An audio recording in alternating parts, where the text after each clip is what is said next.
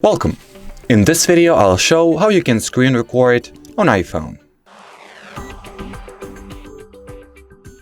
So first, you will need to launch the control center by swiping downwards from the right half of the status bar. Here, look for this particular icon and tap on it to start a screen recording. As you can see by this little red icon at the time section, the screen recording is underway now. Once you are done, simply tap over here to finish the screen recording.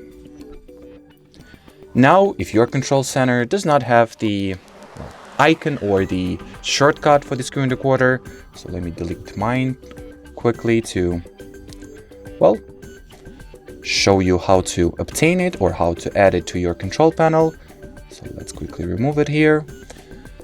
So what you gotta do is to launch the control center, then tap on this plus icon, add a control, and here look for the screen recorder control. Here it is. And voila, it has been successfully added to the control panel. Now, in order to adjust the screen recorder settings and preferences, simply touch and hold at this icon here.